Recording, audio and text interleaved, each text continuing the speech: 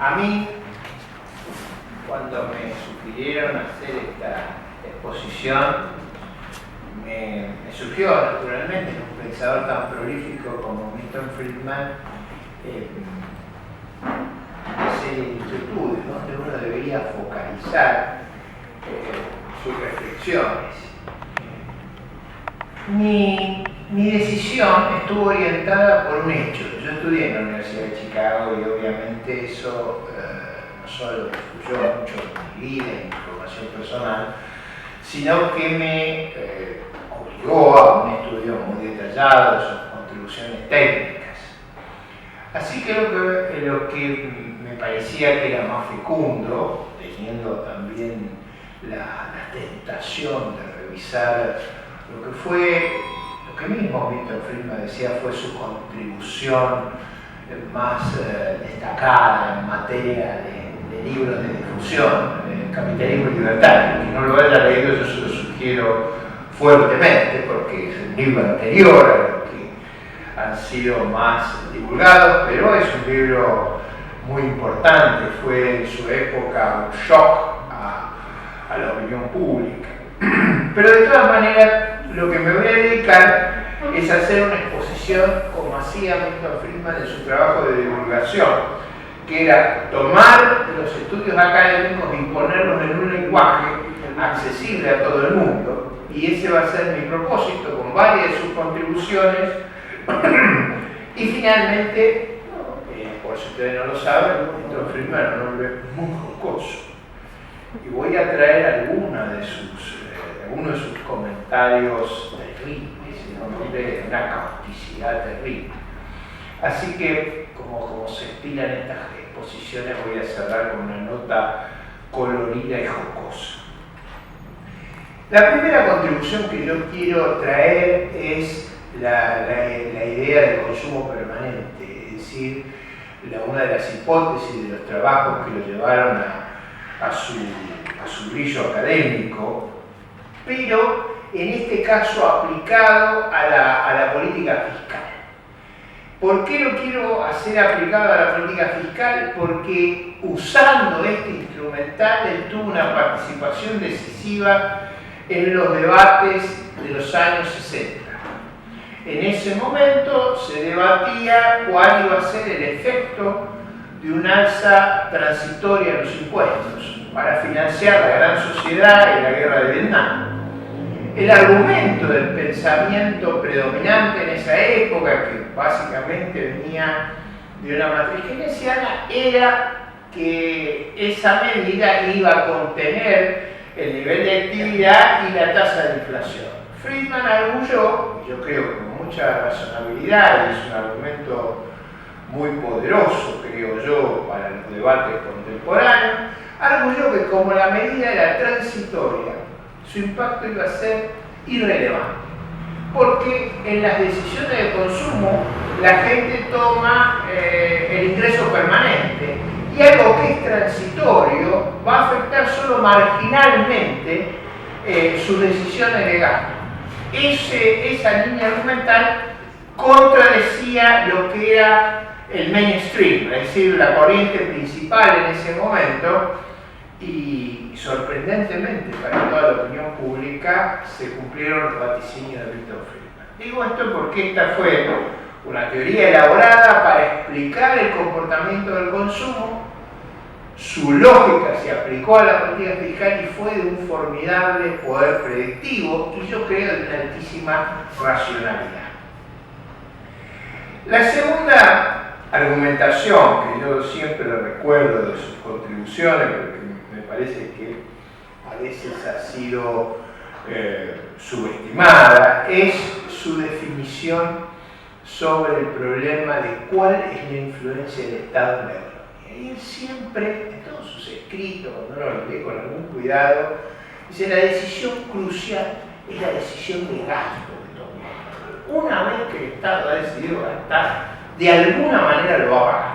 Lo va a pagar o con impuestos, o con deuda, o con inflación, que es otro tipo de. Esa claridad para ver que el problema y el corazón del tema estaba en las decisiones de gastar y en el peso que el Estado tenía, yo creo que ha sido una contribución formidable al razonamiento de cómo pensar la economía.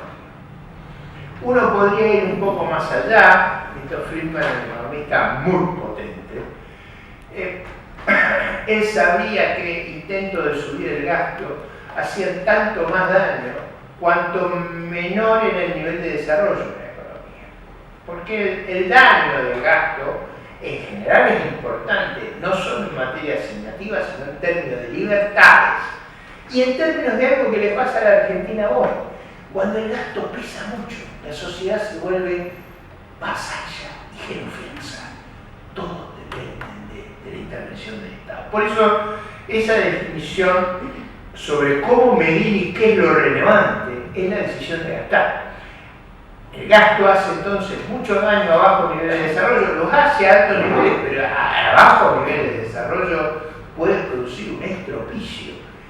Y lo segundo, que él entendía con mucha claridad, es que no solo el problema de mala asignación de recursos, sino las consecuencias políticas que tiene una sociedad que se basa en sacar a uno, darle a otro, con el criterio arbitrario que tiene todo sistema político.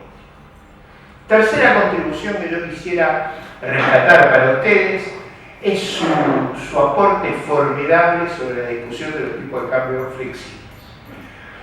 Hoy nos parece una cosa obvia esto, pero cuando Friedman escribe no era obvio. ¿Por qué no era obvio? Porque el mundo había vivido a lo largo de siglos atado al tipo de cambio fijo. En primer término, al tipo de cambio fijo con el oro.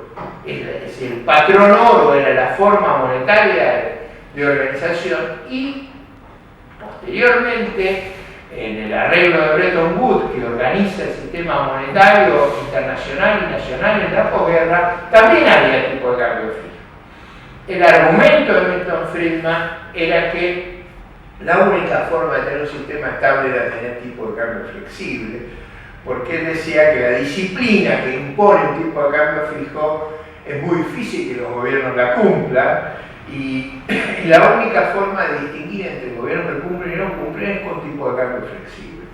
Él hacía un argumento muy poderoso, que tiene mucho refinamiento académico, pero él decía, es más fácil, si hay desequilibrios, ajustar el tipo de cambio que ajustar todo lo otro. Si nosotros ponemos la política monetaria al servicio de la estabilidad y de cada política monetaria de cada país están al servicio de la estabilidad, va a ser el tipo de cambio el que ajuste desequilibrios que surjan, ya sea de desvíos en las políticas públicas que surjan de la presencia de shock, de innovaciones, y que el mecanismo de ajuste por excelencia iba a ser el de los tipos de cambio flexibles. Esta contribución, a principios de los 50, fue una contribución muy valiosa académicamente. Lo impactante es que esa fue la respuesta, después de la crisis del sistema de Bretton Woods en el 71, a la Organización Monetaria Internacional. Y acá recojo algo. En esos años él pensaba que si se rompía el acuerdo de Bretton Woods, el sistema iba a ser sumamente inestable, iba a ser muy desordenado.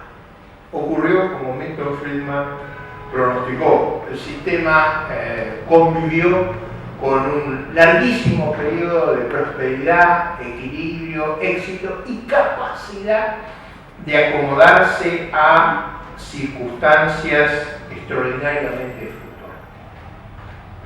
Me voy a referir a dos temas para finalizar los argumentos de tipo académico, así paso al detalle final jocoso de mis comentarios y convivencias con personas que han convivido con Los dos argumentos que voy a transitar ahora son argumentos un poquito más complejos. El primero tiene que ver con lo que se llama la ecuación faltante, the missing equation, es decir, algo que tendríamos que hacer de la Mercedes Marco del Pont. Es decir, esta idea de la relación que hay entre la moneda y el nivel de precios, entre la expansión monetaria y la inflación. Esa idea puesta en términos muy simples, lo que lo que él transmitía en su clase monetaria. Él tenía dos argumentos muy potentes. Uno, el precio de la moneda es el nivel general de precios. Es decir, no hay nivel general de precios si no hay moneda. Piensen que Friedman era un economista que miraba mucho los precios relativos. ¿Cuál es el precio relativo de la moneda? El nivel general de precios. Si no hay moneda, lo que es un precio relativo. Por eso nuestro presidente del Banco Central tiene un problema axiomático, no analítico. Axiomático. No dan las ecuaciones si la inflación no fuera un fenómeno monetario. Cuando Friedman dice eso, no lo dice en el sentido simplista de la relación entre el dinero y la inflación, y bueno, en el sentido simplista es más profunda su reflexión. Hace a la determinación del equilibrio general, y es por eso que él, en la teoría óptima, hay un artículo excelente de Friedman, muy bien escrito, que llama La cantidad óptima de dinero, que es donde él mete la idea del helicóptero, cómo tirar dinero desde el helicóptero, cosas que después Bernanke utilizaría. Y esa idea de cuál es la cantidad óptima de dinero viene de esa cuestión axiomática que determina qué. Por supuesto que él decía que la tasa de interés no podía ser el precio del dinero porque era el precio del crédito. Y esa distinción es muy potente para entender los problemas y para no decir lo que dice nuestra célebre presidente del Banco Central, que nos ha anonadado a escala mundial, porque ustedes saben que debe ser la proposición más probada en economía, la fuerte correlación que existe entre la emisión de dinero y la tasa de inflación. La única persona que disputa eso es nuestra presidente del Banco Central, con lo cual nos pone una vez más entre las figuras de la heterodoxia. Quiero recordarles a ustedes que ortodoxia en griego significa normalidad. Ser partidario de la heterodoxia es ser partidario de la anormalidad. Es raro que uno, cualquier tópico de la vida, quiera ser anormal. Salvo que sea Einstein o que sea Da Vinci, pero no es nuestro caso ni el de nuestros gobernantes. El último tema académico que yo quiero abordar, ya concluyo, es el tema vinculado a la distribución del ingreso. Ahí Friedman hace varias que están muy ligadas a los problemas del capital humano. Pero hay una que es muy central, que es el concepto de la diferencia igualadora. Lo que explica Friedman con mucha claridad es que uno no puede forzar la igualdad de lo que es desigual. Con esto quiero poner una enseñanza muy sencilla. Él usa el caso de una actividad que requiera la acumulación de mucho capital humano para prestarse versus una actividad que no lo requiere. El argumento de Friedman en términos muy sencillos es que la diferencia de remuneraciones va a tener que ser tal que en equilibrio compense hacer esa inversión, porque si no compensa hacer esa inversión, a nadie se le ocurriría alocar capital que no va a ser remunerado. Más sofisticado el argumento, que yo lo acabo de reducir a una versión muy sencilla, pero con esto quiero decir esa idea de la observación superficial de los números de remuneraciones o de ingresos en una sociedad. Es una observación, Friedman hace varias distinciones sobre ese punto, es una observación que revela cierto primitivismo. La cuestión distributiva es una cuestión sumamente compleja para abordarla con ideas primitivas. Pero hay muy distinguidos oradores del camino con más argumentos y con una mayor elocuencia. Así que voy a cerrar con un comentario simpático. Ustedes saben que Milton Friedman enfatizaba siempre que no había tal cosa como un almuerzo libre. There is not such thing as a free lunch.